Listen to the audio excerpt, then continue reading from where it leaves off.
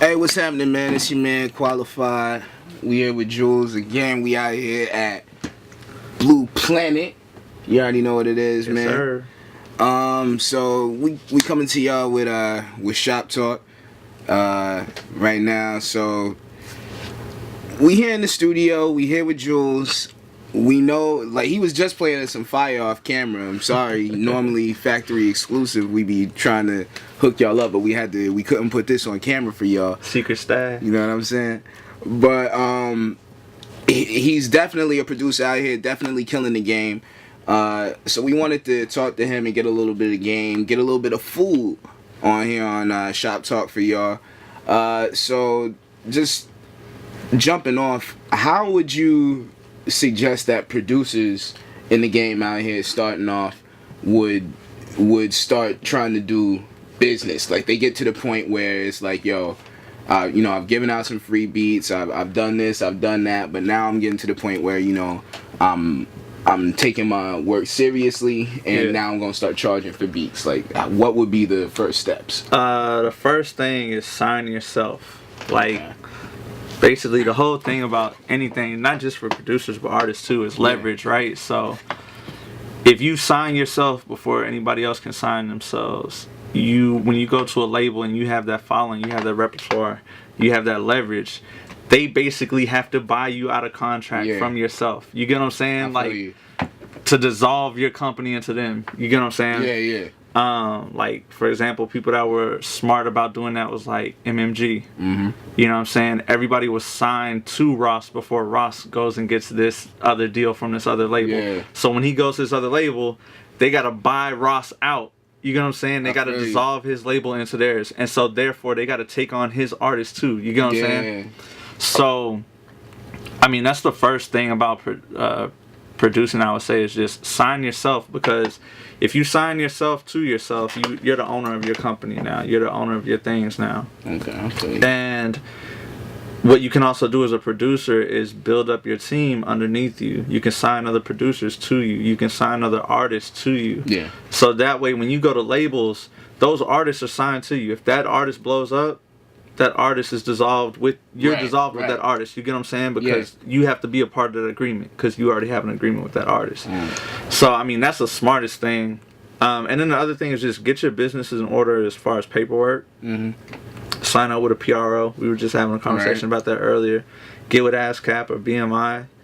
That way, you just look more professional. Like, if you get a bigger opportunity and you get in a room with somebody that's at a higher level than you, and they're like, all right, cool, we're going to use that beat.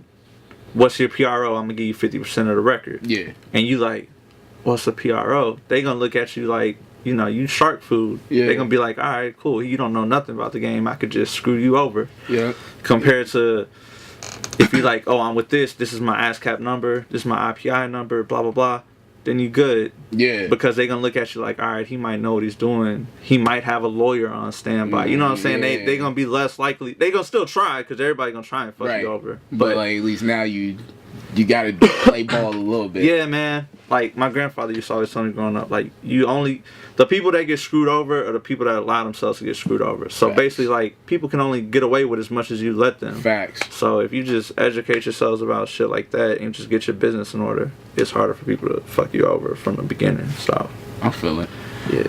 Alright, and then, I mean, so you see where we at. We sitting in the studio and whatnot. Yeah. What about some of these cats? Because I know a lot of these cats who I get beats from also, like, I can pull up and record with them. So what if you're trying to make that transition from being the homie who records in his bedroom to trying to set up like a legitimate studio? I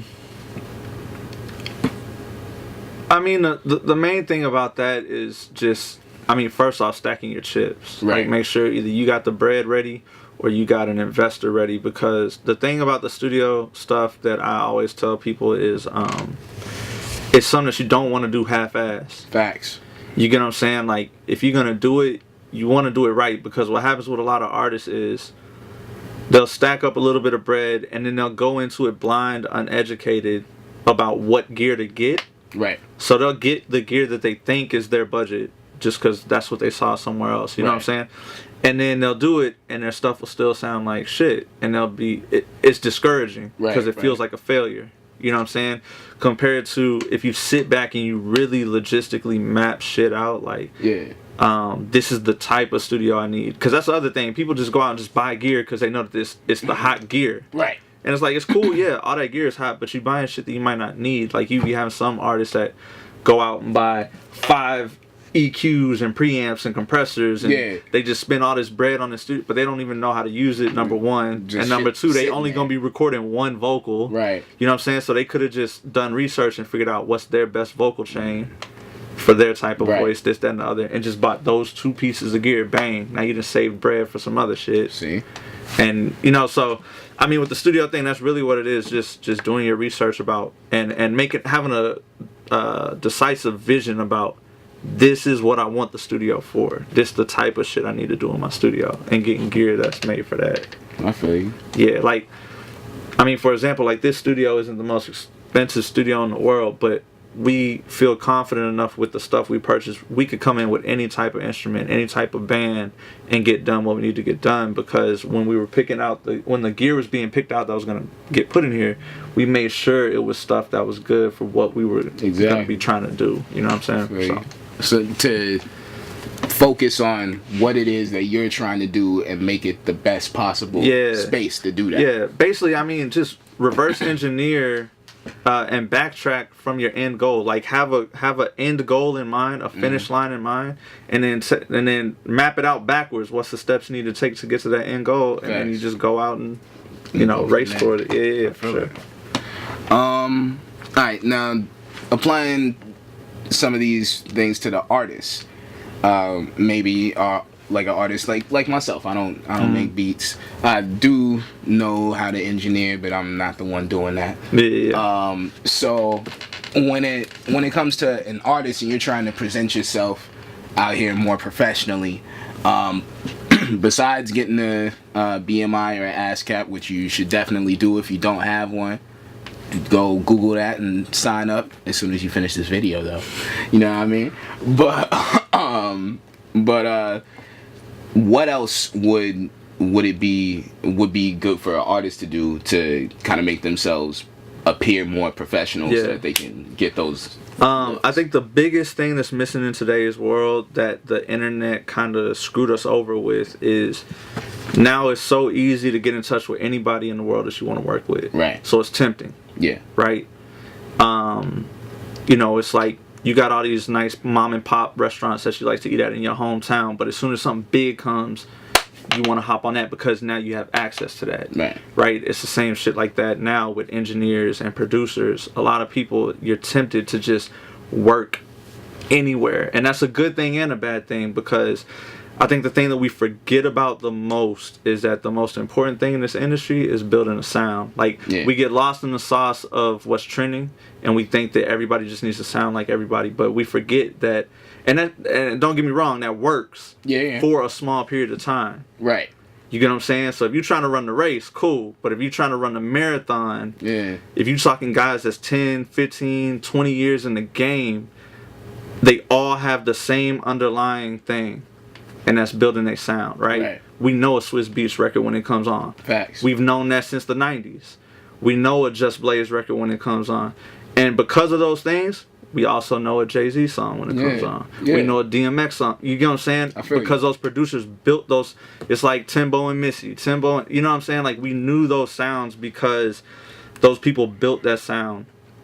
And I think as an artists forget that that's what makes the longevity, right? Is because that's what helps you build just that really strong, solid core fan base. They fall in love with the story of you. You know what I'm saying?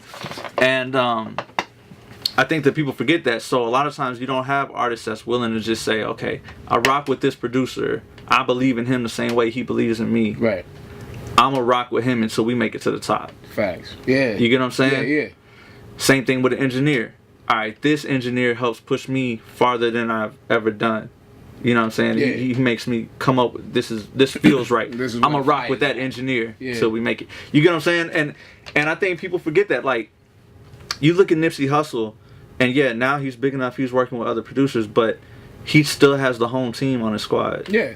You get what I'm saying? Like, he could pay for he could afford any producer he wants to work with now, but he still got the home team on his squad. Like, you know, this cat's Mustard and YG. Exactly. Exactly. The OTD squad. Exactly. You know what I mean? And once they make it, yeah, they venture off and work with other dudes, but they always come back to home base because that's what made them. Right. You know what I'm saying? Drake's notorious for that. Yeah, yeah. 40 still has his hands in everything, even if he doesn't touch the beat. I mean, even if he doesn't have any production in the beat, he still has his hands on it. He's still looking at it and saying, nah, this needs to be molded this way, and giving the producers hints about that because they built that sound together. See? You know, Drake says in interviews all the time, his sound is just as much 40's sound as it is Drake's sound. Like, they made that together, you know what I'm saying? So I think a lot of artists, they spend... Y'all got to give 40 his respect, man. So I think a lot of artists spend, like, years of their career just spinning tires in place and not really going nowhere and not understanding why. And it's just because you're throwing too much shit at people at one time. You know what I'm saying? You got to kind of build a sound. Then once you got that fan base, you can venture off into some other shit. I feel you. Look at this, man. Jules dropping gems, man. Jules dropping jewels. You feel me? We out here. You already know what it is, man. Shoot, man. We can't give y'all all the food in one episode. We can't do it all at once. So we gonna stop right here, and we gonna shout out to Jules, man. I appreciate you doing that thing. Can't leave me hanging, man. We out here. We out here. Factory. So that's it, man. It's your man Kwali, Jules. ShopTalk. We out here. Go Rockets. You know what it is, man. The most valuable beard in the business. James Harden, not me. Peace.